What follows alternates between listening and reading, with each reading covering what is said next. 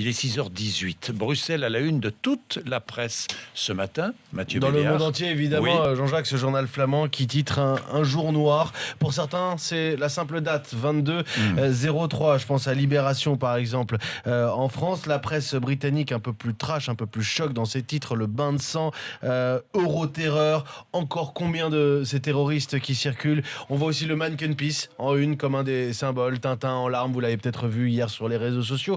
Dans la presse française, quelques titres qui reviennent. Tiens, l'obscurité au cœur de l'Europe, l'Europe frappée en son cœur, c'est le cœur de l'Europe. Je reprendrai aussi le fait que Libération, l'équipe et le Parisien ont un trait de noir, parfois, si ce n'est plus, sur leur une. Libération avec le logo aux couleurs du drapeau belge. Et puis le Parisien aujourd'hui en France, tiens, avec deux particularités. Oui. La première, Regardez la une, si vous êtes sur c'est la RMC une. Découverte. C'est le seul des journaux français Qui montre à des avoir mis victimes. une photo de victime. Alors, on À la peut se une. poser la question, est-ce que c'était judicieux ou pas? C'est une photo d'agence de presse, précisons-le quand même.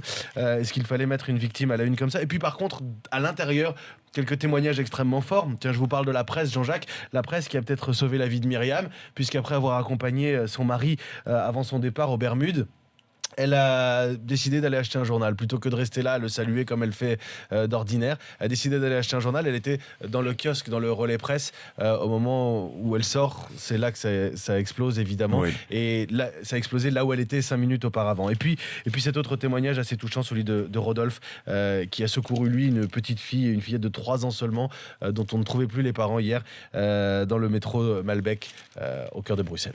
Il est 6h20. Vous êtes sur RMC. Il y en a qui ont profité de ce qui s'est passé.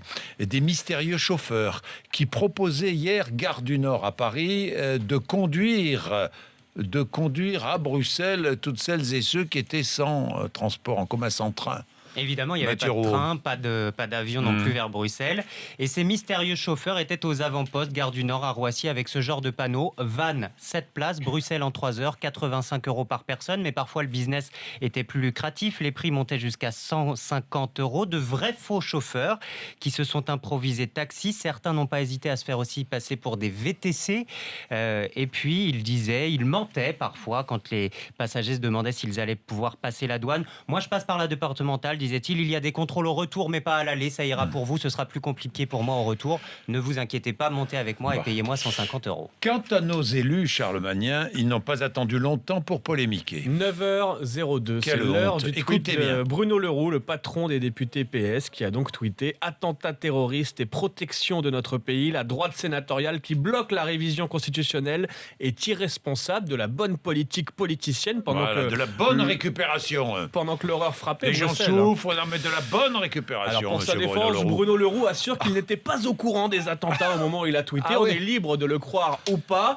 Robert On Ménard, peut lui, en diriger le revanche, groupe socialiste à l'Assemblée et pas avoir de smartphone. Oui, Non, mais parce oui, qu'à partir oui, de 8h non, du non. matin, ça a sonné dans tous les Oui, sens. oui. Donc, un peu s'il est pas au compliqué. courant, Robert Ménard, lui, était au courant puisqu'il Ah tweet oui. attentat de Bruxelles. Peu de chances que ce soit l'œuvre de militants néo-nazis. Ça aussi, Nadine c'est d'un Morano niveau. a choisi, elle, de dénoncer les 3 millions d'euros dépensés par le gouvernement pour une campagne contre le racisme. Cet argent aurait été plus efficace à la sécurité des Français, écrit-elle. Enfin, Michel Sapin, hier soir, s'est permis d'épingler la naïveté des responsables politiques belges face au communautarisme. Voilà, quand on peut donner des leçons, Ouais. pourquoi s'en priver?